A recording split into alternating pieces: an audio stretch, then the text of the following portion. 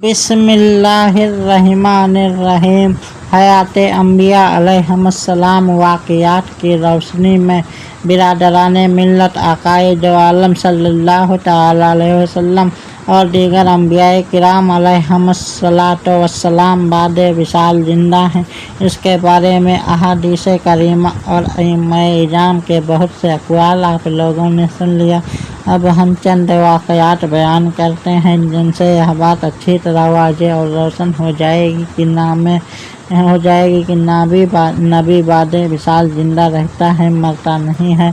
अल्लामा समऊदी रहमतुल्लाहि तआला अलैहि अपने मशहूर किताब वफ़ाउल वफ़ा बि अख़बार दारिल मुस्तफ़ा 1/446 में तहरीर फरमाते हैं कि सुल्तान नूरुद्दीन रहमतुल्लाहि तआला अलैह जो आदिल बादशाह और बड़े मुत्तकी थे, उनकी रात का बहुत सा हिस्सा तहज्जुद और वजीफे में खर्च होता था।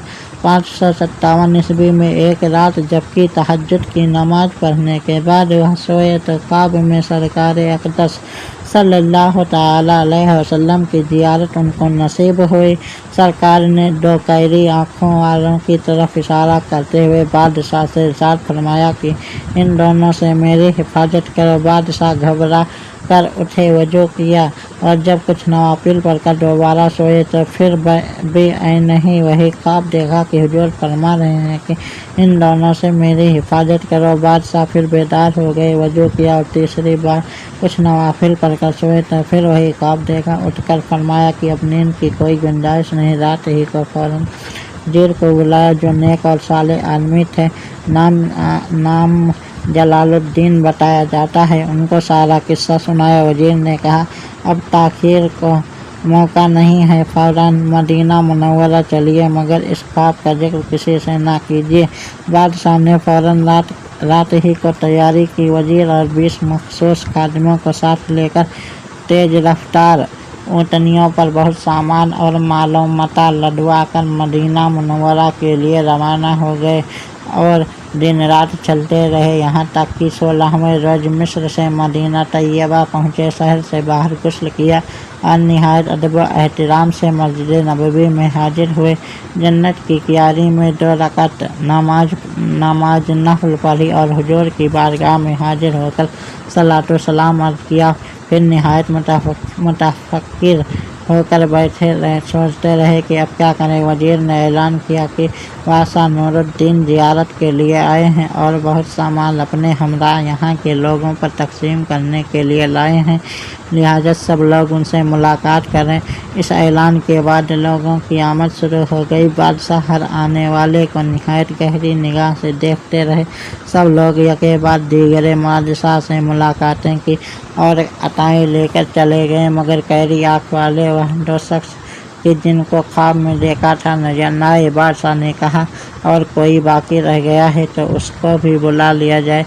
मालूम हुआ कि अब कोई नहीं बाकी रह गया है, मगर बादशाह के बार बार कहने पर लोगों ने बहुत गौर व खोज किया तो कहा कि 2 नेक मर्द निहायत मुत्तकी और परहेज़गार मगरिबी बुजुर्ग हैं। वह किसी से कोई चीज़ नहीं लेते बल्कि खुद ही बहुत कुछ सदक़ात व खैरात अहले मदीना पर करते रहते हैं। गोसा नशीन लोग हैं, सबसे अलग थलग रहते हैं। बादशाह ने कहा उन 2 आदमियों को भी बुलवाया और जब वह आए तो देखते ही पहचान लिया कि यही वह 2 आदमी हैं जो ख्वाब में दिखलाए गए थे। बादशाह ने उन लोगों से पूछा कि तुम कौन हो?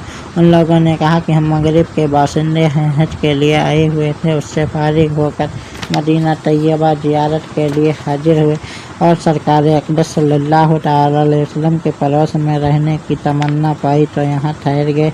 बादशाह ने कहा सही बता दो। उन्होंने जो पहले कहा था उसी जवाब को दोहराया। बादशाह ने सही बात बताने पर बहुत इसरार किया, मगर उन लोगों ने कुछ और नहीं बताया बल्कि हर बार यही कहते रहे कि हम लोग हज के लिए आए थे, फिर ज़ियारत के लिए हाजिर हुए और कुछ के लिए हुजूर सल्लल्लाहु अलैहि वसल्लम के पड़ोस में क़ियाम कर लिया। बादशाह ने उनकी क़ियाम गिया दरियाफ़्त की। मालूम हुआ कि रौज़े मुबारक के करीब एक रिबात में रहते हैं। बादशाह ने हुक्म दिया कि इन दोनों को यहीं रोके रखें और खुद उनकी क़ियाम गाह पर गए। वहाँ पहुँचकर बहुत कुछ देखा, भाला تو معلوم متا بہت سا ملا اور کتابیں بھی رکھی ہوئی ملی، لیکن کوئی ایسی چیز نہیں ملی جس کے خواب کے مضمون کی تائید ہوتی۔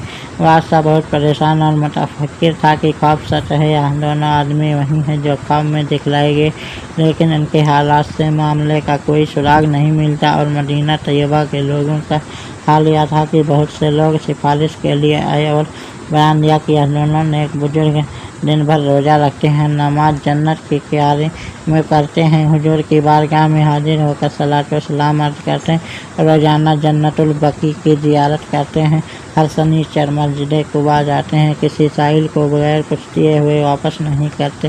اس قحط کے سال میں انہوں نے مدینہ شریف والوں کے ساتھ بہت ہمدردی اور غمگساری کی۔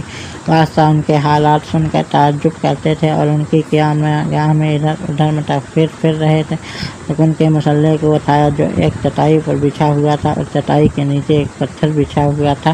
جب اس کو اٹھایا گیا تو اس کے نیچے ایک سرنگ ظاہر ہوئی جو بہت گہری کھودی گئی تھی اور بہت دور تک چلی گئی تھی، یہاں تک کہ حضور کی قبر انور تک پہنچ گئی تھی۔ یہ دیکھ کر سب لوگ دنگ رہ گئے۔ بادشاہ نے ان کو انتہائی غصے میں کاٹتے ہوئے مارنا شروع کیا اور کہا کہ صحیح واقعہ بتاؤ۔ ان لوگوں نے بتایا کہ وہ دونوں نصرانی ہیں، عیسائی بادشاہوں نے ان کو بہت سا مال دیا ہے اور آئندہ بہت زیادہ دینے کا وعدہ کیا۔ ہم لوگ حاجیوں کی صورت بنا کر اس لیے آئے ہیں کہ تاکہ قبر انور سے حضور صلی اللہ تعالیٰ علیہ وسلم کے جسم مبارک کو نکال لے جائیں۔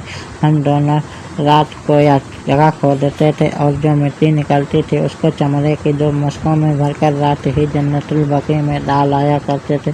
بادشاہ اس بات پر کہ خدائے عز و جل نے اور اس کے پیارے مصطفیٰ صلی اللہ تعالیٰ علیہ وسلم نے اس خدمت کے لیے ان کو منتخب کیا، بہت روئے، ان دونوں کو قتل کرایا اور حجرہ مبارکہ کے چاروں طرف اتنی گہری خندق کھدوائی کہ پانی نکل آیا، پھر خندق کو رنگا یا سیسا پگھلا کر بھروا دیا تاکہ سرکار اقدس صلی اللہ تعالیٰ علیہ وسلم کے جسم مبارک تک کبھی کسی کو رسائی نہ ہو سکے۔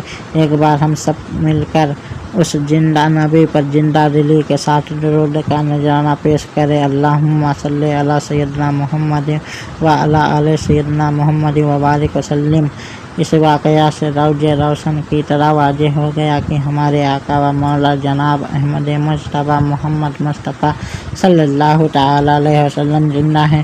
اگر وہ معاذ اللہ 100 بار معاذ اللہ مر کر مٹی میں مل گئے ہوتے جیسا کہ وہابیوں اور دیوبندیوں کا عقیدہ ہے، تو بادشاہ نور الدین کو وصال کے تقریباً 550 سال بعد عبادت کا حکم دینے کا سوال ہی نہیں پیدا ہوتا۔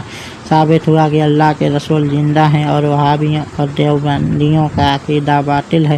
یہ بھی معلوم ہوا کہ نصرانیوں کا بھی عقیدہ یہ ہے کہ اللہ کا نبی وصال فرمانے کے بعد مٹی میں نہیں مل جاتا، ورنہ کئی 100 سال بعد وہ حضور صلی اللہ تعالیٰ علیہ وسلم کے جسم اقدس کو نکال کر لے جانے کا پروگرام نہ بناتے۔